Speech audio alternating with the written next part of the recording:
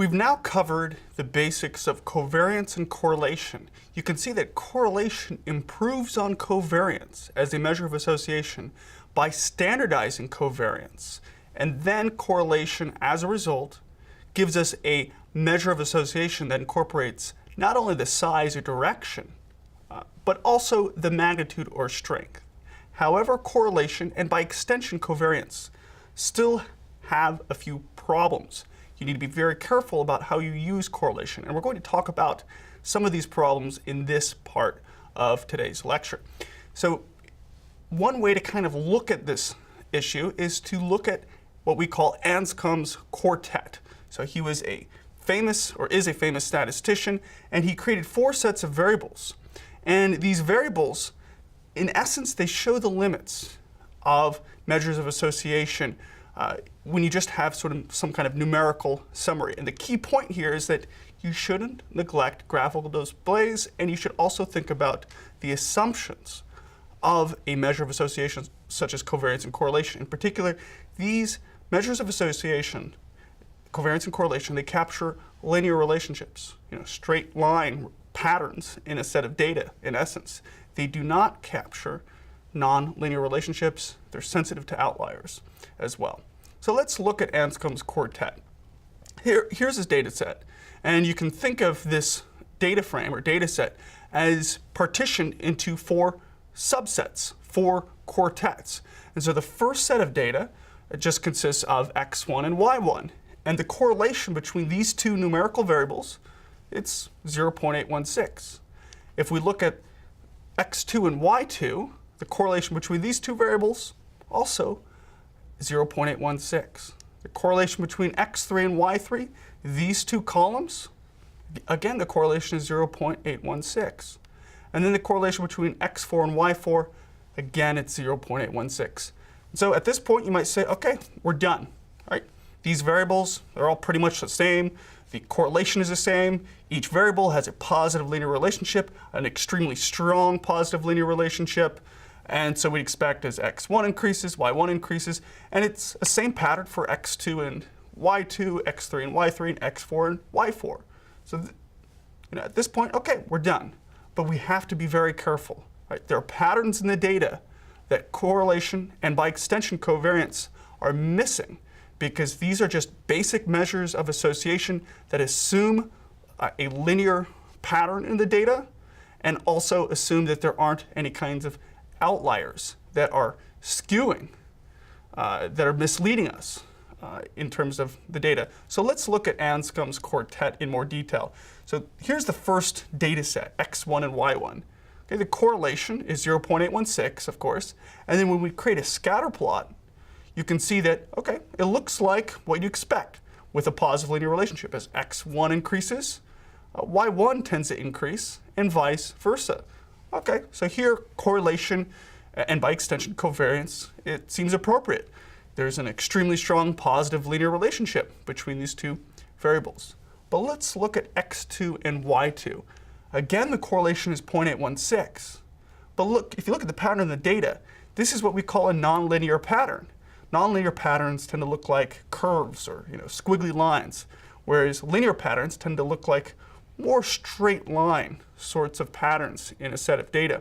In this case, correlation is misleading because the relationship in the pattern in the data is in fact non-linear. So the correlation here, it's not capturing the true pattern in the set of data. There's not this relationship where x increases and then y increases. We can see that that occurs for the first half of the scatter plot. But then as x2 increases at a certain point, y2 actually decreases. Right? The correlation is missing that. The correlation is suggesting x2 increases, y2 increases. x2 goes down, y2 goes down. Well, in fact, at the sort of second half of the scatter plot, as x2 increases, y2 actually dips down a bit. So correlation is misleading because it captures a linear relationship, but in fact, in the pattern of the data, we see this non-linearity. If we look at the next set of data, x3 and y3, again, the correlation is 0.816. But if we look at the scatter plot, you can see that we have this outlier. We have an extreme value with respect to y3. Okay? So here, this outlier, it's overstating. The effect of this outlier is to overstate the relationship if you just look at the correlation coefficient. So the correlation coefficient of 0.816, it's much higher than the actual pattern in the data because of that one outlier. So here, the correlation coefficient suggests, well, as x2 increases, as x3 increases, y3 increases, and vice versa.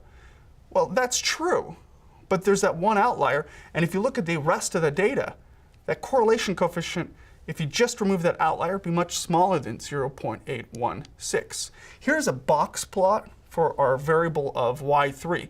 And if you recall a box plot, it's very, very useful for finding outliers because a box plot is constructed based on quartiles. Right? And so when we use quartiles, when constructing the box plot, quartiles, they're resistant to outliers. And so here we see that we have this one outlier beyond the whisker on the right-hand side of the plot. And that outlier is in fact problematic because what it's doing to the scatter plot, and by extension to the correlation coefficient, is it's misleading us. It's inflating the correlation coefficient. So if we just look at the numerical summary, we're going to think there's a stronger linear relationship than in fact there really is. If we look at the next quartet, of x4 and y4, the sort of final data set in his quartet, we get this correlation coefficient of 0.816. Right? This is a really weird scatter plot because you can see that x4, right, it only has two values. Right? You can see most of the data points are on the left-hand side, and then we have this one outlying data point in terms of x4 all the way on the right. In a similar way, you can see that y4, most of the data points are kind of lower, and then we have this one outlier in terms of y4. So you can think of, for this set of data, for this scatter plot, we have a data point that is an outlier with respect to both y4 and x4. Okay, that's that data point in the upper right-hand quadrant, in the upper right-hand corner of the scatter plot. Okay, a correlation coefficient for this data set, right, it's very misleading because you can see that this correlation coefficient of 0.816, right, it's based on that one outlier. And in fact, if you remove that one outlying point and just look at the bulk of the data, it doesn't really look like there's any sort of variation in x4. And by extension, there's really no relationship. There's no correlation between these two variables. Right? So here's Anscombe's quartet. We have these four data sets. Right? If we can kind of think of our data frame as partitioned into x1 and y1, x2 and y2, x3 and y3, and x4 and y4. And each one of these scatter plots has a same correlation coefficient. Right? Yet the actual patterns in the data, the actual scatter plots, they're different. Right? And so that sort of overall measure of association, that correlation coefficient, it masks, it misleads. And it misleads because the correlation coefficient is in fact sensitive to outliers. Right? That's because the correlation coefficient and by extension the covariance, they're both based on the means. And the mean, as we know, is sensitive to outliers, and by extension, so is the correlation coefficient and covariance. In addition, covariance and correlation, they capture linear patterns in the data, roughly straight line relationships. And so here we have not only outliers, but some nonlinearities. In the second quartet, x2 and y2, we have this sort of pattern that looks kind of like an upside down U. So the important point here is that you should always graphically examine your sets of data and be careful about correlation covariance being sensitive to outliers. Another limitation of correlation and, in a similar way, covariance, is that they are measures of association. Right? They do not tell you cause and effect. Right? So if you look at past studies, we know that there's a strong linear relationship based on correlation between the number of teachers in a school district and the number of failing schools. And so you might look at that association, you might say, well, the more teachers you put in a school district, the more schools that you have failing. Well, got to be careful, because that's just a measure of association. Could be that if you have a lot of failing schools, the government starts putting more resources into those failing schools through more teachers, right? So this measure of association, right, you've got to be very careful about cause and effect. Studies have also shown that the number of cars in California per year and the number of homicides are related, right? So more cars, more homicides, right? But you got to be careful about that, because the causal direction could go any sorts of ways. You could also have a lurking variable that is actually in the pattern of data. We also have a correlation between the length of kids' feet and reading ability. The main point is that correlation and similarly covariance, they do not imply or suggest causation. So here's a comic strip, and one person says to another person, I used to think correlation implied causation. Then I took a statistics class, now I don't. Sounds like the class helped. Well, maybe. The key point here is that sometimes life is a little bit more difficult, because as you learn more about reality, you have to be careful about how you interpret what seems to make sense to you. So you look at a correlation, question whether or not that association is in fact misleading, because there might be some other lurking variable, or perhaps in fact it may seem like a causation is going on, but in fact there's actually some other factor going on. The question then is, how can you make causal claims? Well, we talked about this earlier in this course, but and we'll talk about it again, but when we talk about causation, right, we typically use randomized controlled trials or experiments. These are commonly used in medicine, psychology, and biology. And the idea is that you randomly assign observations to either a treatment or control group, and the treatment is some kind of intervention. You give a person a pill, you relocate a person.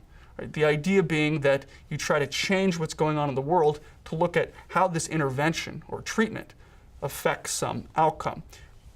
Causation is very, very difficult to establish for certain based on any given particular study. And so when we use correlation and covariance, we often base it on observational studies. Right? Often it's based on not some sort of intervention in the world, but we just have some sort of pattern in a set of data, and we have this measure of association. So be very, very careful about interpreting correlation in a way that suggests causality. And if you really want to establish cause and effect, look at experimental designs. So things to know for this part of this week's lecture. Correlation, it gives us the direction and strength or magnitude of a linear pattern in a set of data. In contrast, covariance just gives the direction. Correlation, it ranges between -1 and +1. That's because when we divide covariance by the standard deviation of x times the standard deviation of y, the units of covariance drop out. Right? And then we have correlation, it's unitless.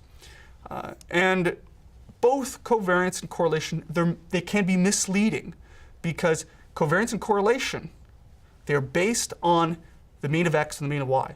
And the mean of x and mean of y, they're sensitive to outliers. And so covariance and correlation, they are sensitive to outliers. As well, they are potentially quite misleading if the actual pattern in the data suggests some kind of nonlinear relationship is going on, some sort of upside down U, or some sort of squiggly line, some sort of curve. And the other point is that covariance and correlation, they are measures of association, not causation. If you actually want to find cause and effect, a better approach, rather than looking at a correlation coefficient or the covariance, is to create an experimental design. And with that, we conclude our discussion of correlation, and we will turn to other topics related to numerical data in just a moment.